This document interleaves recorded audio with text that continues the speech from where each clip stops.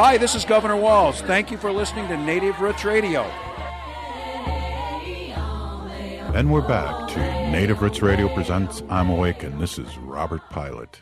Wow. Hey, we're here with Robert Lilligren, and we're talking pickles, politics, and bikes now. And that sounds like a great event. Three things that are very important to me, all three of those. as you guys know, I'm a bike commuter, right? That's right. I'm really thrilled about this bike tour. I was talking to Gloria, our farm manager, about the tour, and it's just going to be fascinating and really feature some of the urban agriculture going on right around within and around the Native community. Wow, that does sound great. You guys just do so much, and I never really realized that until you came on the radio show, how much Native American Community Development Institute does. It's just amazing. I appreciate that observation, and we're kind of the hub, right, of a lot of activity. So one of our sayings at NACDI is use other people's resources. So we may be the originator, the convener, the organizer of an event, but it's really the communities. And so how we get the community engaged. And then really, in a lot of ways, we're a systems change organization, right? And so we stay really authentically grounded within the communities through things like Forces Just Farmers Market, our farm, the bike tour, All My Relations Arts, our Make Voting a Tradition.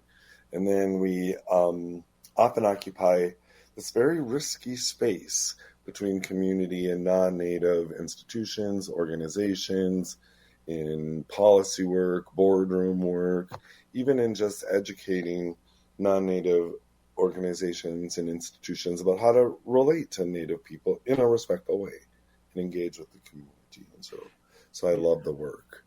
How long have you been CEO? You're not going to believe this, but it was 8 years in May.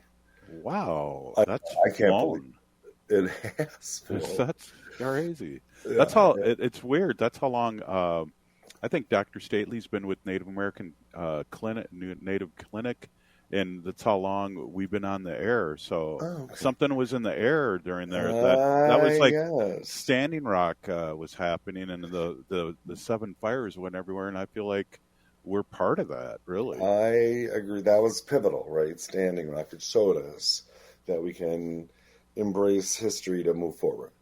For me, it had a profound impact on my professional approach and my life in general.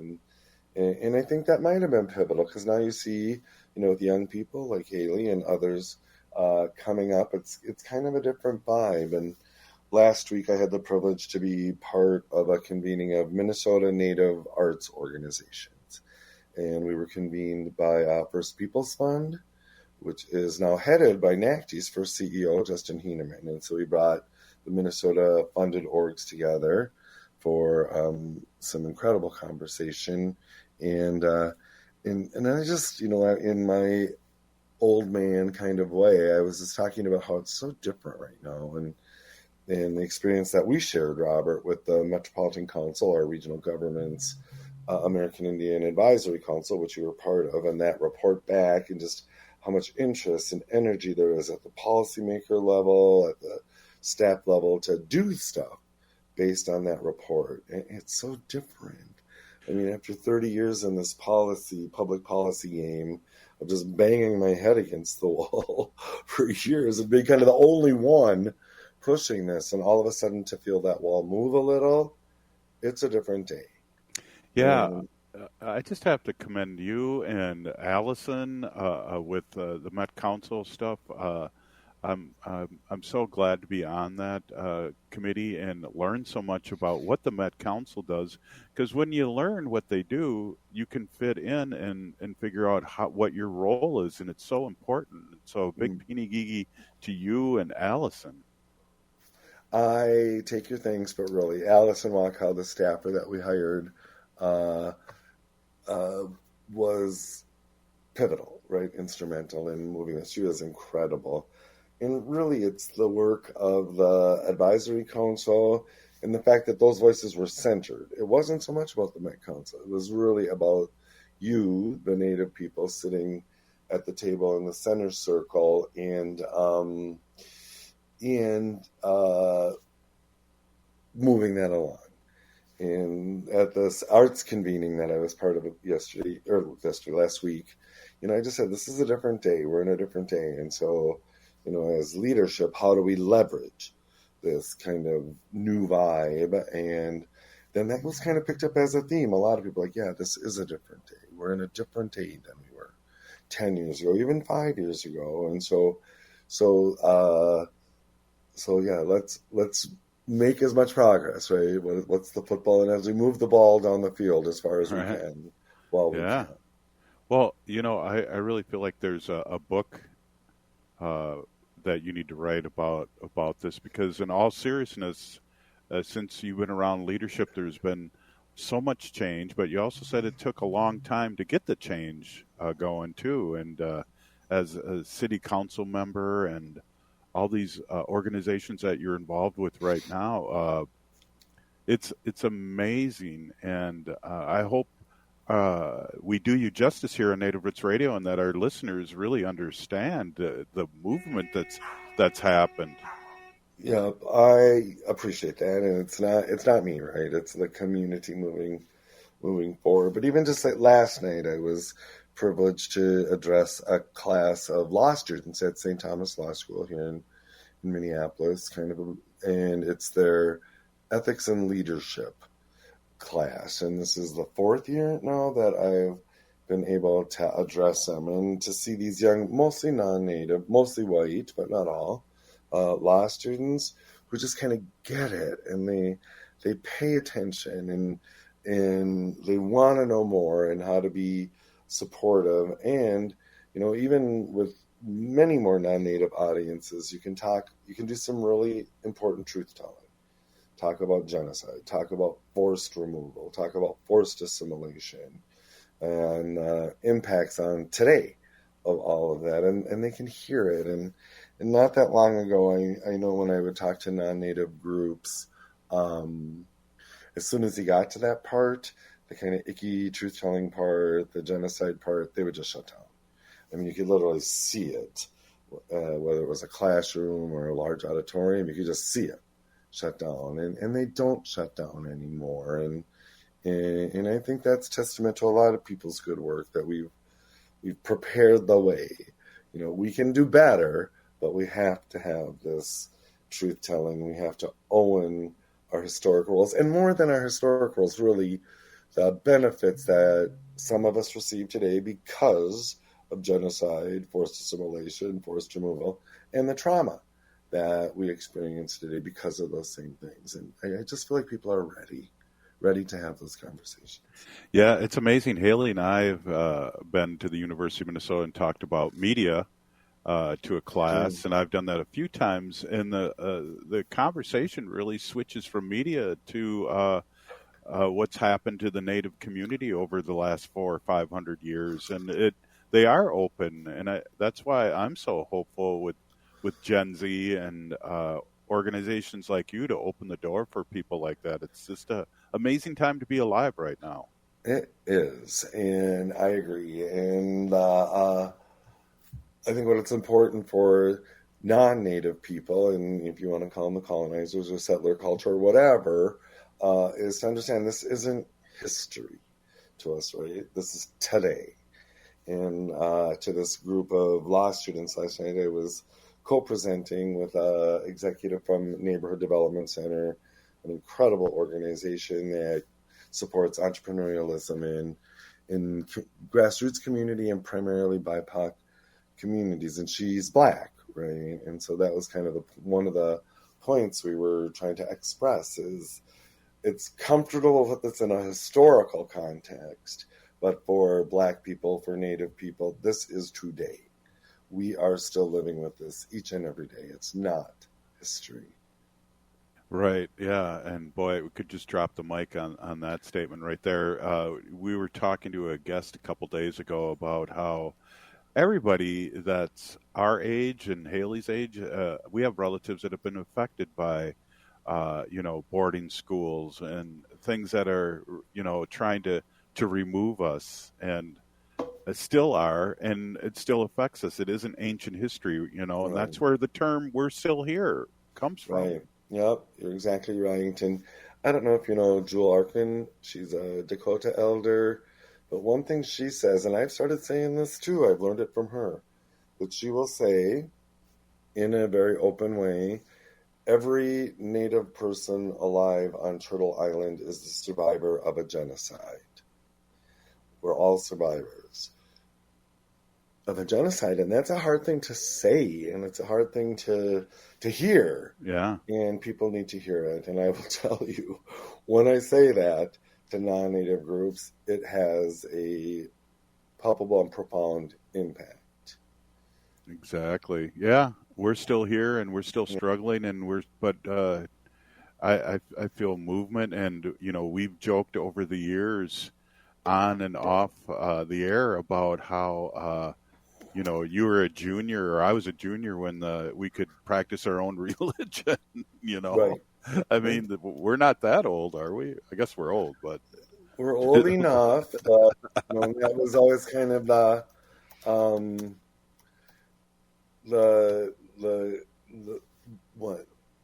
rub, right? So I think non-Native people think, yeah, we're a country founded on religious freedom, and then when they learn that we're actually a country founded on stealing religious freedoms from the indigenous people, that's a little perception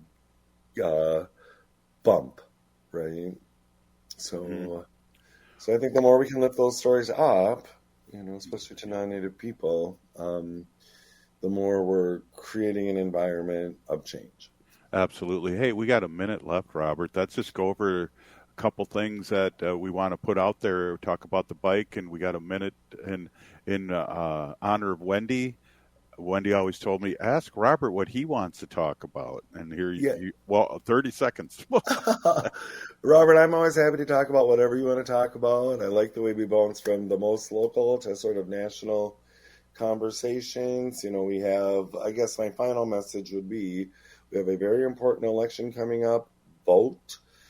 Make sure that you're registered to vote. There's a lot of shenanigans going on in some states, pulling people off voter rolls. I'll remind folks in Minnesota, we have same-day registration.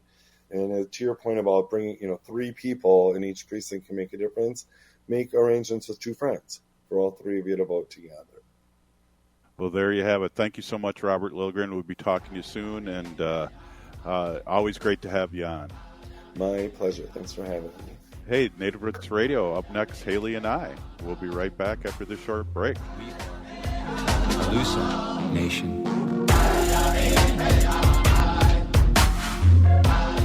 The city of Minneapolis is now on Native Roots Radio with Minneapolis AIR. AIR stands for American Indian Relations. Guest host Christine McDonald talks to people about important things affecting the city's Native communities. Minneapolis AIR dives into topics like public safety, public health, elections, and so much more. Tune in to Minneapolis AIR on Native Roots Radio from 5 to 6 p.m. on the second Wednesday of every month, right here on AM 950. Join NACDI, Native American Community Development Institute's Four Sisters Food Sovereignty Program and East Phillips Improvement Coalition on Saturday, September 28th from noon to 4 p.m. for an urban farm bike tour through the Phillips neighborhood. Learn more about the important food sovereignty work happening in the community, connect with neighbors, and share a meal made from the collective abundance of locally grown food.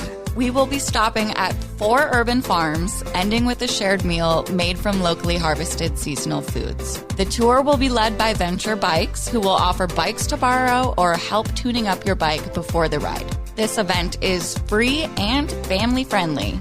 Registration is required, so sign up now at nacdi.org/events. That's nacdi.org/events. Everyone likes a litter-free ride on Metro Transit buses and trains, so pitch in. Take pride in your ride and take your trash off with you when you get off at your stop. You'll find trash bins at every Metro station. Want to help clean up transit stops in your neighborhood? Join the hundreds who volunteer to adopt a stop and keep it picked up. Learn more at metrotransit.org/adopt-a-stop. That's metrotransit.org/adopt-a-stop. You're listening to Native Roots Radio. This is Spirit from Reservation Dogs. Get up and listen.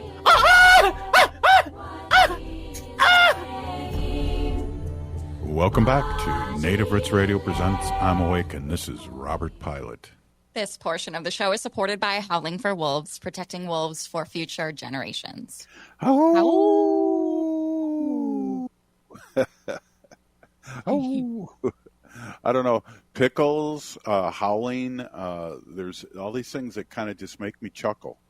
Me too. Always a good laugh. Yeah. Man, I missed you at the Four Sisters Farmers Market today.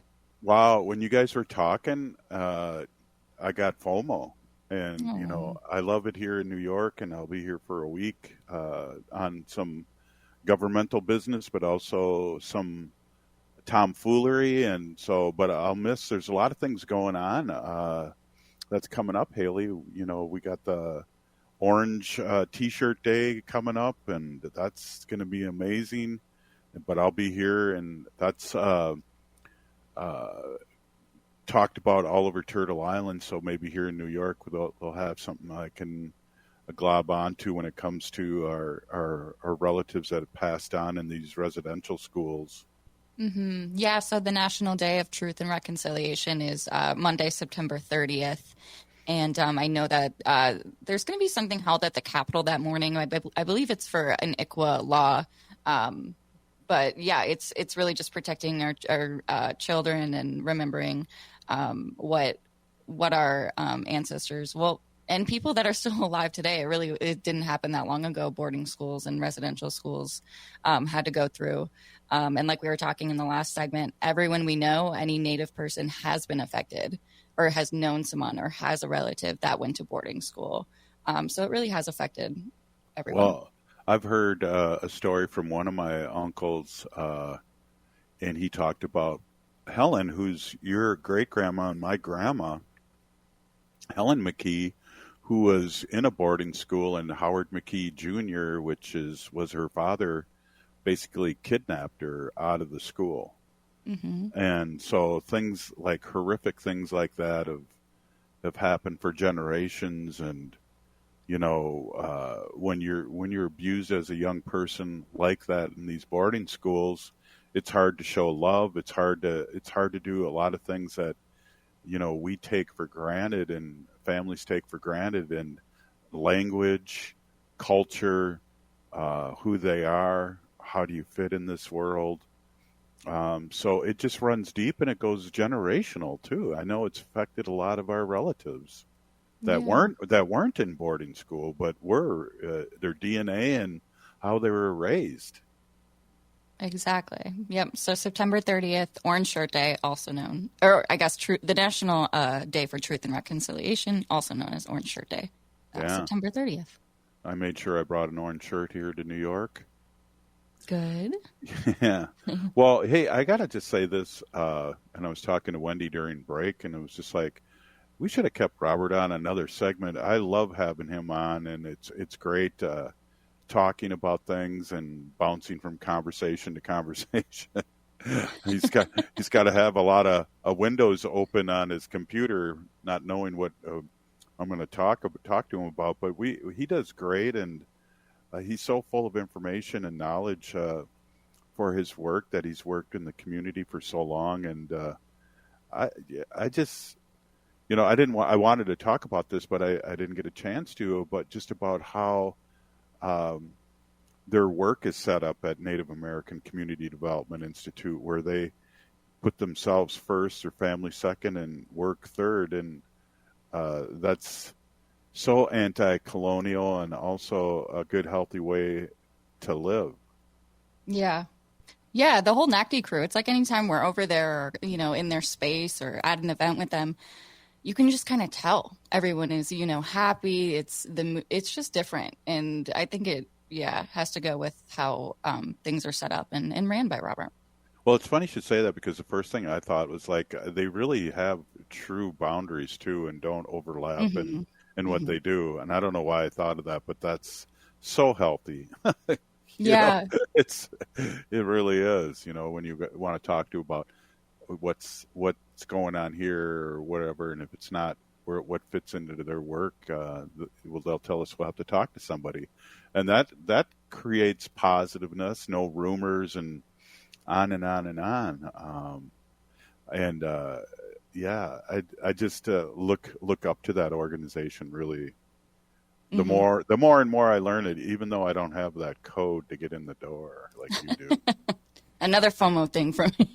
Yeah.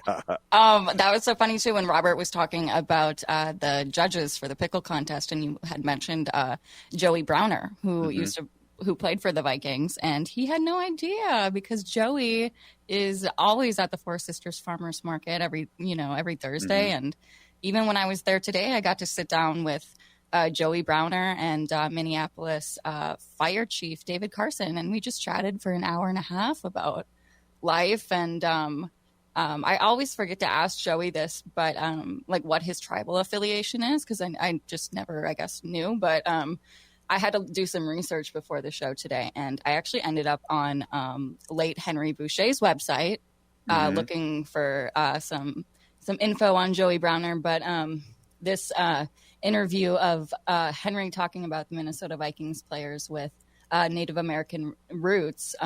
Here's what he said about Sam Bradford. Do you remember when Sam was the quarterback for the Vikings? Number 8. Right. Okay. So Henry, this is quote. So the interview question was, what does Henry Boucher, Minnesota's most famous Native American athlete, think about Sam Bradford? Should the Vikings star quarterback talk about his Cherokee roots? And I didn't even know Sam Bradford had roots in. Yeah, I didn't know. So I learned that also.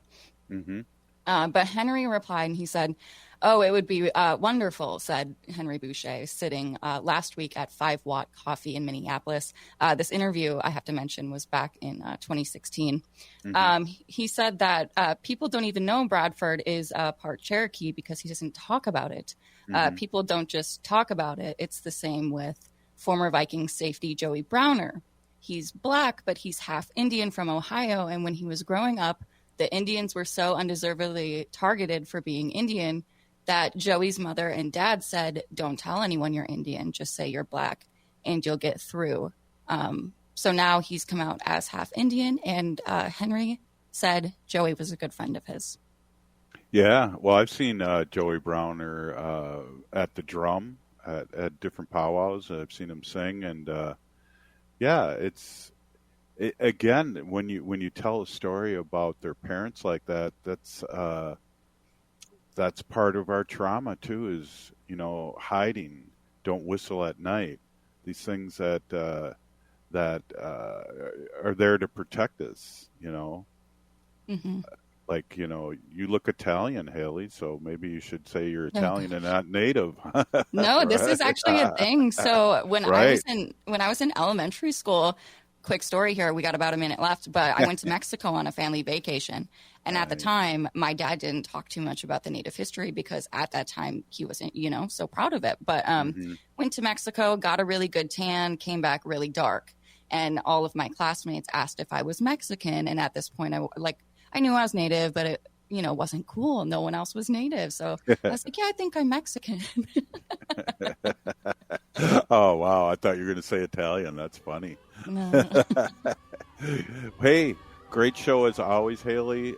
Thank you for everything you do. I want to thank Robert Lilligren for coming on.